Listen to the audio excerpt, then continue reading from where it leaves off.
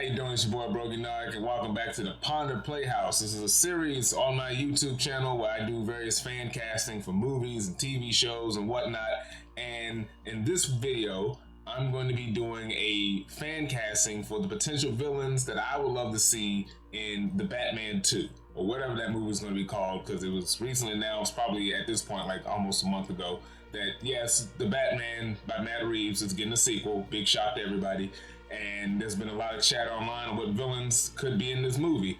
And this is what this video is going to be about. I'm just going to do some quick fan casting on potential villains and also some story elements, at least in my head, that I have for this movie. Now, the Batman was a dope film. It's on HBO Max. Saw it in theaters, loved it. And I love that this world that it established in this film. So far, it seems that they're definitely going for a more grounded, realistic take, similar to what Nolan did, but probably a little more theatrical slightly.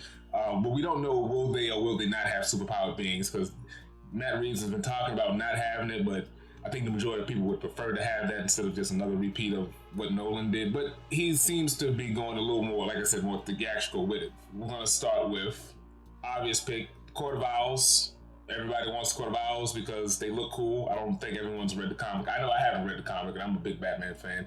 But, you know, the Court of Owls is this secret organizations that existed in Gotham City's history for like centuries, and they subtly manipulate things in the city. They work within the architecture of the city. They wear these weird owl masks, and they have these special super soldier ninjas called Talons that are like these weird sort of almost zombie-like ninjas, like they can live forever type of deal. Or they have extended life, enhanced strength, and all this crazy technology. Yeah, that's probably not going to be quite what they would do in the Matt Reeves world if they're going to keep it more grounded. But it would be cool to see, because like I said, a lot of people really want to see the Court of Owls. They're about to be in this new Arkham Knights video game. So with that being said, if they were to do the Court of Owls, you're going to have the focus on the leader, or at least a main antagonist. And the first villain I'm going to talk about is Lincoln March, who is tied into the history of Bruce Wayne and the Court of Owls. And my pick to play Lincoln March is Nicholas Hoult. Nicholas Hoult, you should remember from Beast and some of the X-Men movies. He was in Mad Max Fury Road, the movie Warm Bodies. He's on the show called The Great on Hulu, which I know he got a lot of praise for. And he's a really solid actor. He's a little bit younger than Robert Pattinson, kind of has a similar-ish look to Robert Pattinson, you know, them tall, handsome, thin white guys. It was rumored that Nicholas Hoult was one of Matt Reeves' original picks to play the Batman, but Warner Brothers forced him to pick Robert Pattinson. I don't know if that was ever corroborated, but if that is the case, you can bring in Nicholas Hoult for this role to play the Lincoln March character. He's not a well-known villain, but he is connected to the Court of Owls storyline. In the comics, he was this rich guy that was head of March Ventures company, and he was running for mayor, and he had this campaign. He's going to fix the city. Bruce Wayne starts to support him, and through some weirdness, he gets involved with the Court of Owls. He warns Bruce about the Court of Owls. Turns out that he was actually working with the Court of Owls the whole time, and he claims to be Bruce's long-lost little brother, Thomas Wayne Jr. And he also might be insane, you know, Batman villains. So I'm thinking in this movie, you're going to have, since, you know, the city was just wrecked with the whole flooding and everything caused by the Riddler, the city's trying to rebuild. They could have another election because maybe people still aren't too confident in the new lady mayor that they hired. There's another guy running for mayor, this Lincoln March guy who's coming in with his company, and Bruce starts to, you know, draw some comparisons between the two and decides to back this guy instead of backing the other mayor. And, you know, he's going to get more involved in the civic duties of his philanthropy, which is one of the things he learned at the end of the first movie. And of course, he finds out that this guy double crosses him. He's working with this group known as the Court of Owls. Maybe not have them be like a centuries old group, or at least, you know, less mystical or whatever. He's a high ranking member, and he also once again claims he's Thomas Wayne Jr., and that can play into a little more of the history of the Waynes, which they kind of hinted in the first movie.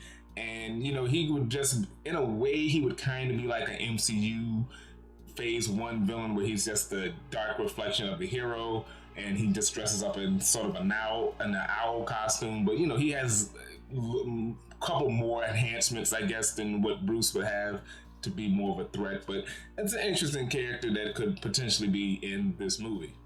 So next on my list is a villain that I think would be on a lot of people's lists if you've been paying attention to some of the stuff Matt Reeves has been talking about, of potential villains he would like to do if he can make them figure out how to work in this universe. And that is, of course, Mr. Freeze, one of my favorite Batman villains. And my pick to play Mr. Freeze is Christoph Waltz.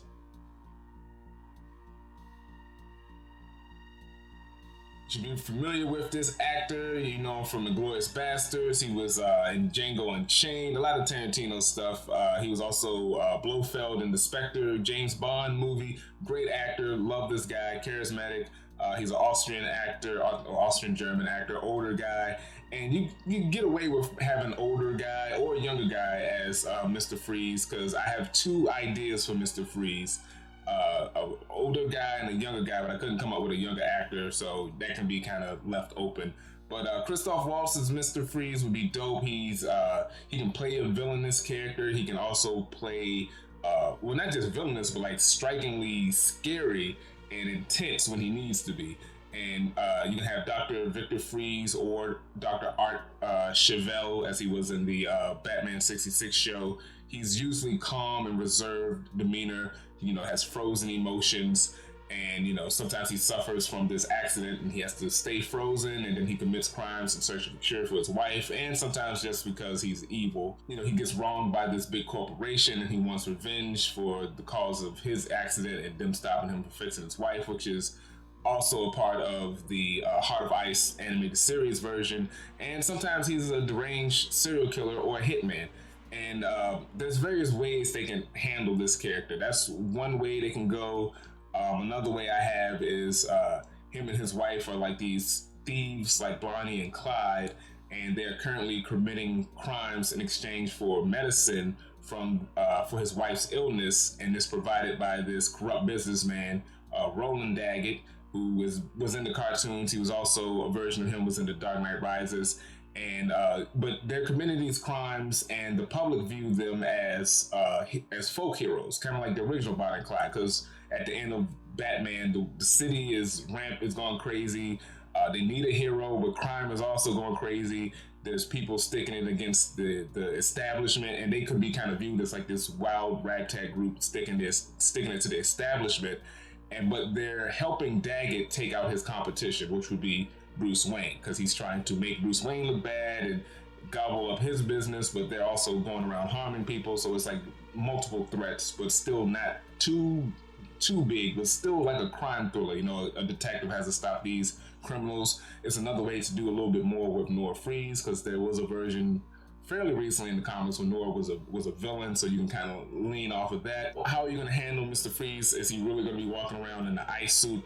I don't know. He could be a serial killer or a weird hitman, and he has like some crazy dry ice device that he like carries with him, kind of like Anton Chigurh in No Country for Old Men, when he had that fucking like it shot that thing that kills the bulls. So he can have something big like that, but it like freezes people, or he can just kill people and then like keep them in the freezer to modify their bodies to make it hard to discover, who they are and their identities, kind of like the Iceman Richard Kuklinski allegedly did, a real serial killer / hitman.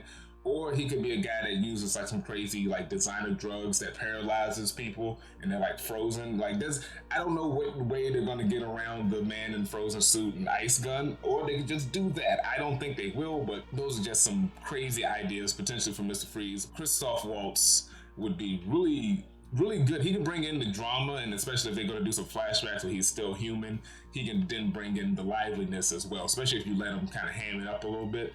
I think he would be a really good choice for Mr. Freeze.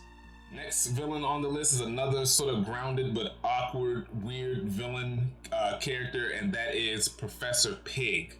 Not a big, well-known character, but he does have a very distinct look, and it's very creepy. So my pick for Professor Pig is Benicio del Toro.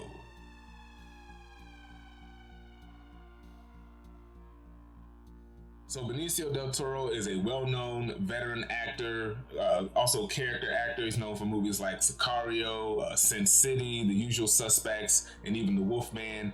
And he can be very suave, but he can also be very awkward, intense, and have like a sort of creepy vibe. Or at least that's what I kind of get with him, especially like when he was in Guardians and he plays the Collector. He always comes off as sort of weird and otherworldly. And I think that vibe would be really dope for a character like Professor Pig. Professor Pig is like this weird serial killer, and he's like a highly skilled surgeon. He wears this weird pig mask, and he tends to kidnap people and performs weird surgeries on them and transforms them into these things like Dogtrons, which are like these sort of mindless servants kind of his.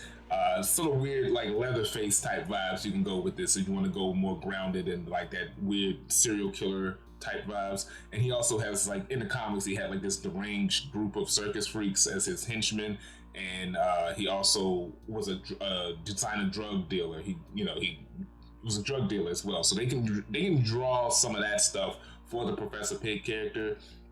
He could be a good side villain. I don't know if you would drag him out as a big long story villain, but then the Batman movie had like 4 different villains in it as well, so he could just be another obstacle or threat if they want to use this character. But I think Benicio del Toro would be pretty interesting as this deranged madman running around with a weird pig mask on his face. But that's just my thoughts.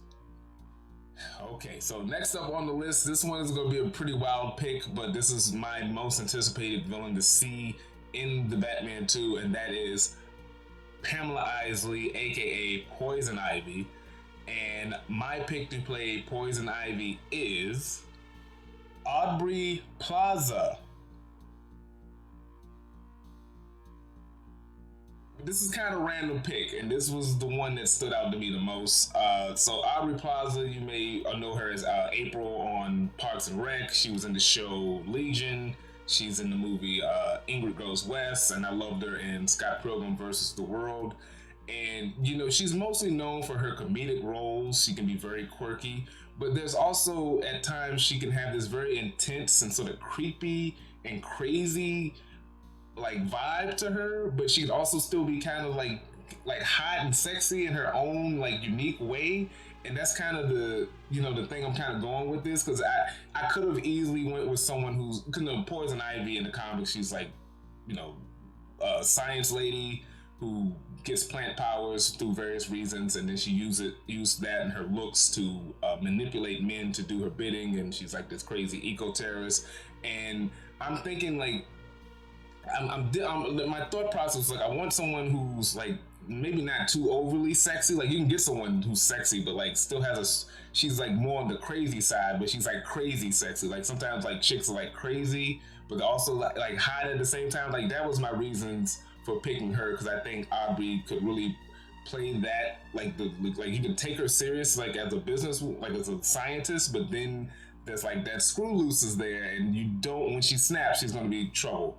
So that was like my thought process for picking her. There could be another actress you could pick for this, but that was my thought process for picking Aubrey Plaza.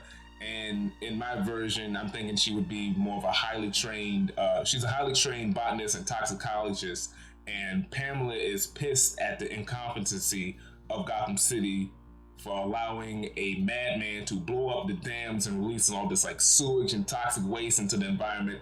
And then like if they want to do like a bit of a time jump, the city's response even further harmed the environment, and she's just not liking this. So she's like snaps, and she becomes this crazy eco-terrorist, and she has like her minions on the internet very similar to the Riddler, and she like gains access to what was thought to be deactivated bioweapon that she gets from not bioweapon but biovirus that she gets from Wayne Enterprises. And this kind of plays into when Bruce in the movie was so focused on the Batman, he wasn't keeping track of what was going on at his company. So this was like an oversight from like previous years of various wrongdoings that happened under his watch. She gets a hold of this virus, and she threatens to release this virus until her demands are, if her demands aren't met, which might be a little too close to home. You know, bioviruses and people getting sick and having quarantines and all of that, but it's pretty realistic. And then you can have she like uses various poisons, maybe has like some poison darts, or she has various toxins that she can use to kind of maybe not control people, but to get people to loosen their mental control to a slight degree. You know, suggest certain things a little bit easier to them. And she also has a crossbow to defend herself from harm from the Batman. But she can also have backup, and her backup would be, as her heavy would be that of Killer Croc. I know a lot of people, you know, they see, oh, the city is filled with water. Like Killer Croc, he deals with water sometimes, so let's do Killer Croc. So I'm going with Killer Croc as my next pick. My pick to play Killer Croc, aka Waylon Jones, is Nonso Anozie.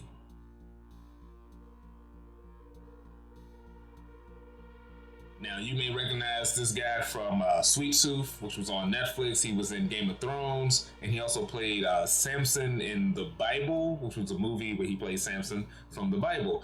And he's a big dude. He's 6'6", British actor. I think he's a former, if not football player, maybe rugby player.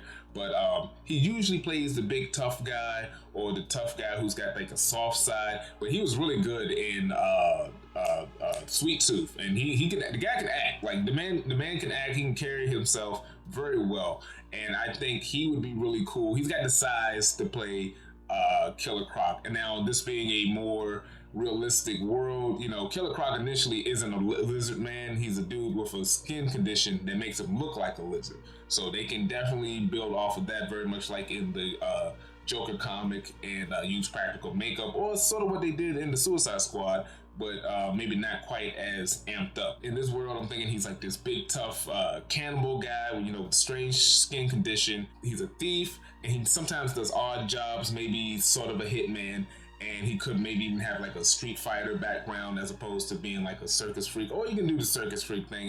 That's still realistic, but you know, his whole thing is he's been used and abused his entire life. And in this, I'm having it like where Croc is Poison Ivy's muscle, but he's manipulated by her through lust and fake concern to protect her, because she needs some backup, and Killer Croc could be that backup. Living on the street got harder once the city was flooded, but it was also easier for him to steal things with all the chaos happening. And this could also be like a commentary on the homeless epidemic.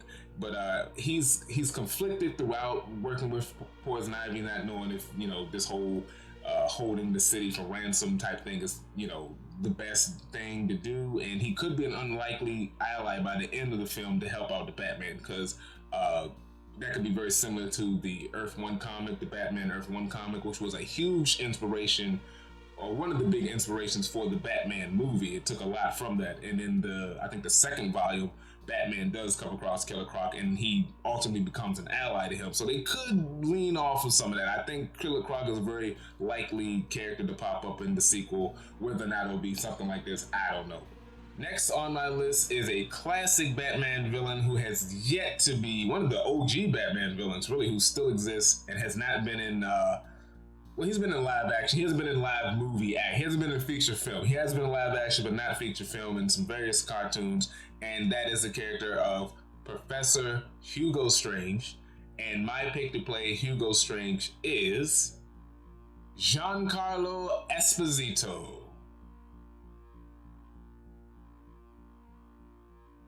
Now, you will remember him as, you may know him as Gus from Breaking Bad and Better Call Saul. He was in The Mandalorian. He was on that show Revolution. He's currently in The Boys on Amazon Prime, and he's been in various Spike Lee joints. The man's a phenomenal actor. You know, he's an older guy, but he can play that stern, tough, badass. But then he can also be very sinister and campy as well, and I think they should lean a little between the two for Hugo Strange.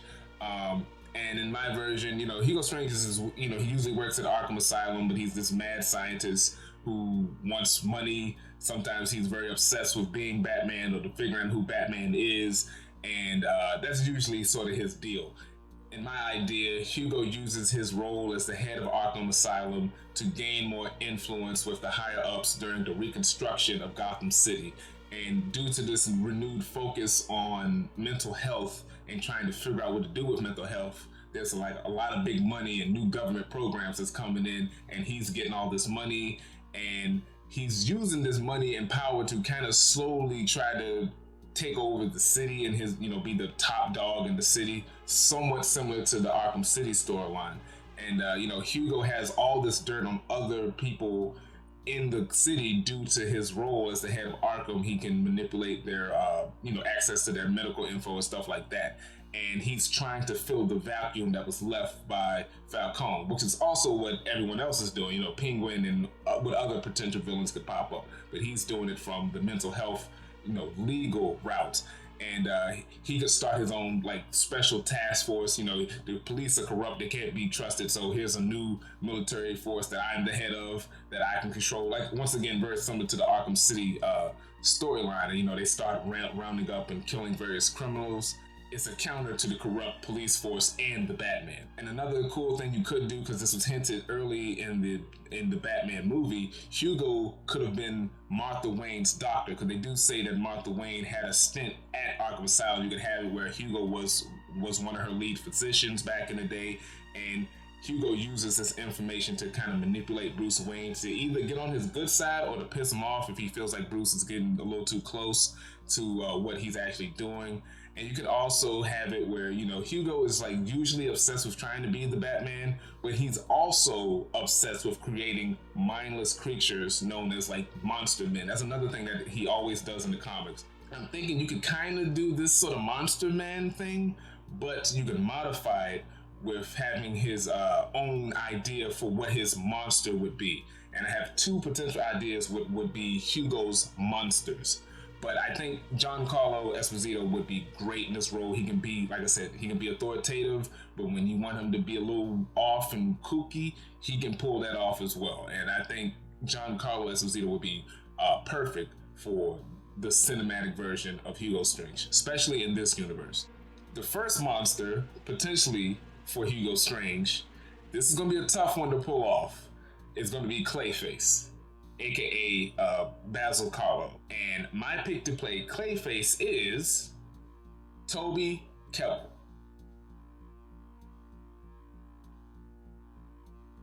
Now, Toby Kebbell is a British actor. You may know him from, he was in the World of Warcraft movie. He was in Kong Skull Island. He played one of the soldiers. He also did a little bit of the voice work for Kong in that. He was in Dawn of the Planet of the Apes, where he worked with Matt Reeves. He played Koba. He did the motion capture for Koba, the antagonist ape.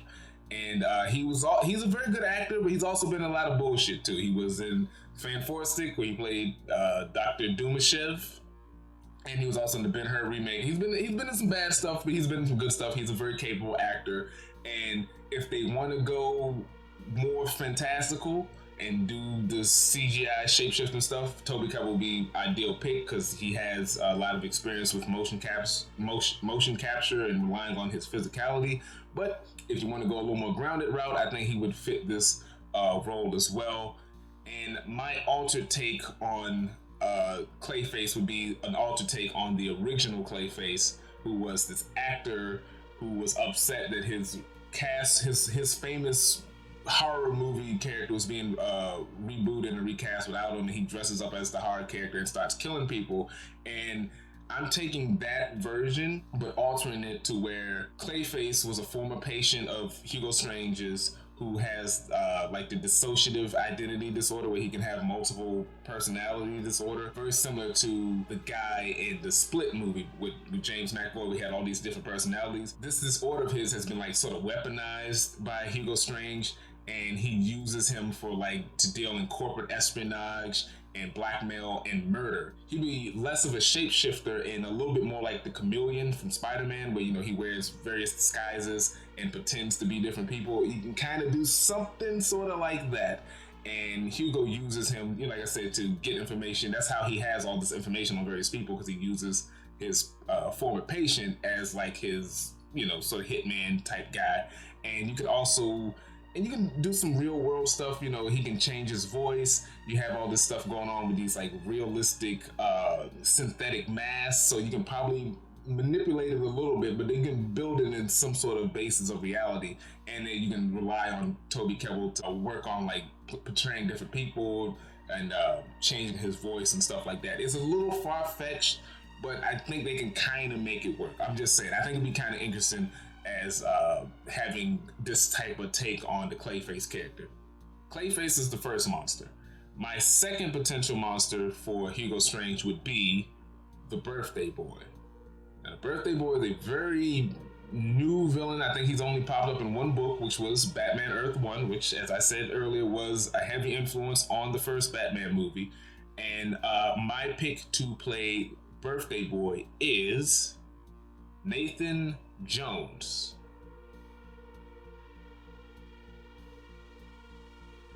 Now, Nathan Jones is a big Australian actor. He was a former pro wrestler and fighter. He's 6'11". This is a big dude. He's an older guy. He's 54 years old. He's been in various Warner Brothers projects. He was in Mad Max Fury Road. He was in the recent Mortal Kombat reboot, and he was in the movie Fearless.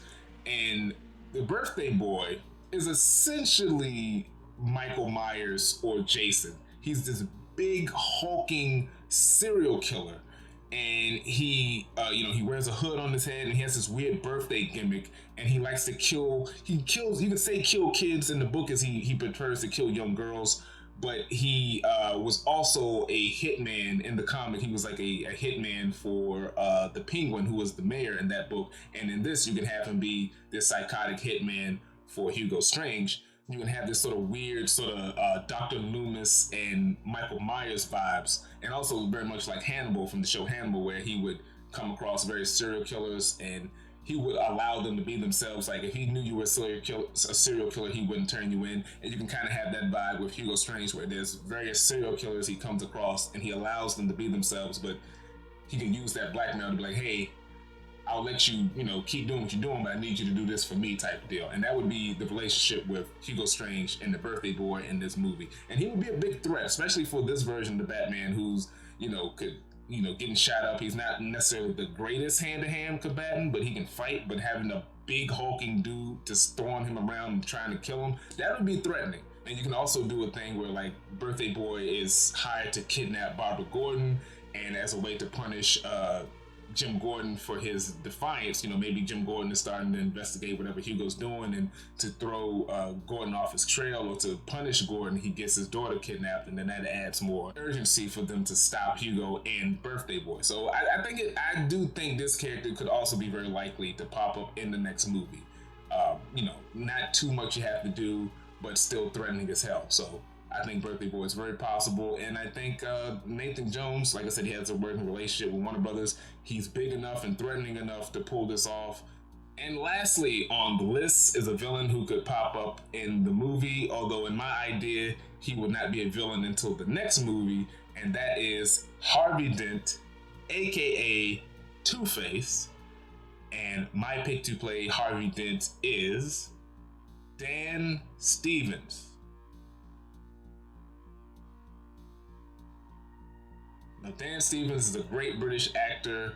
You may know him from The Guest, which is my favorite film of his that I've seen. He was in the show Legion. He was on Downton Abbey. He was in the movie Apostle on Netflix. He was in friggin' Beauty and the Beast, the remake, or the live action remake for Disney. Great actor, handsome guy, and he has this ability where he can play a lot of different roles with his look. He can be downtrodden scumbag, he can be very heroic, handsome, nice guy, and he can also be a sinister and sadistic madman. And I think you should have an actor that can pull off those different phases to play the duality of the Two-Face character. As much as I love Two-Face, Aaron Eckhart's portrayal and Nolan's depiction of the character, I want to see another take on the character that really hammers home the tortured mental fractured mentality of Harvey Dent. Because in The Dark Knight, he was mainly just Harvey Dent, but he was really pissed off. He didn't really have the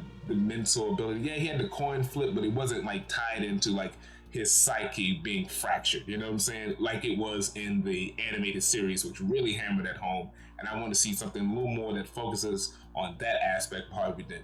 So in the Batman, Harvey Dent would be the new righteous DA to take over after the former DA, who was corrupt, got blown up by the Riddler at the mayor's funeral. So Harvey Dent's coming in, he's trying to clean up the corruption in the GCPD, but he is also a former patient of Professor Hugo Strange, because he had, from his early years when he was younger, he's very insecure about his anger issues and physical outbursts. So he's worked with Hugo Strange when he was younger, he's gotten past this, but now he's in this position where he is trying to stop the police, but he's also being subtly manipulated by Hugo Strange. And maybe you can have him, once he starts to realize that Hugo is manipulating him, he starts pushing back against Hugo. But Hugo doesn't worry about it because Hugo knows his triggers and he knows how to subtly manipulate him. And you can have it throughout the movie. Maybe Hugo is the one pushing Harvey to start the break, and he can also end up getting injured because he tries or does expose Hugo Strange, and as payback he gets fire or acid in his face. I prefer acid. We haven't seen that since Schumacher days. It depends on how you want to do it, because I pick someone who's young enough where he could potentially be an old friend of Bruce Wayne's when he was younger, or you can just have him straight up just be a friend of Batman and Gordon. It depends on how you want to do it. Some versions, Harvey Dent and Bruce grew up together and then they're friends, or you can just have it where there's just a strong working relationship between Bruce and Harvey, similar to what they did in the Dark Knight and the Long Halloween comic. But like I said, you would have the movie, a big part of the movie would be Harvey gets injured and we save the reveal and the villain turn for the next movie. Or you can have the reveal just to see it, but the villain turn doesn't happen to the next movie. I would focus more on characters like Hugo Strange, Birthday Boy, potentially Clayface, or my idea with Poision Ivy and Killer Croc, or something with Mr. Freeze. But you know, these are just my ideas in my head. They're not going to be exactly like this, but there's some potential ideas that could happen and some potential villains that might pop up in the movies. I didn't go too crazy. I wanted to get some obscure villains, but also some classic villains and a few villains we haven't seen in the movies yet. So, I got a good blend. I didn't want to just go, oh, Harley Quinn, or, Scarecrow wouldn't be bad, but it was like, we kind of already seen it to a degree. And granted, we've already seen Poison Ivy and Two-Face, but they were done dirty. So I would like to see them done better. Yeah, those are my picks for potential villains that I want to see in the Batman 2. Let me know what you thought of my casting choices, some of my story ideas. Let me know your own casting choices and story ideas in the comments. Don't forget to like this video, share it, and subscribe to the channel, and stay tuned for more videos. Peace.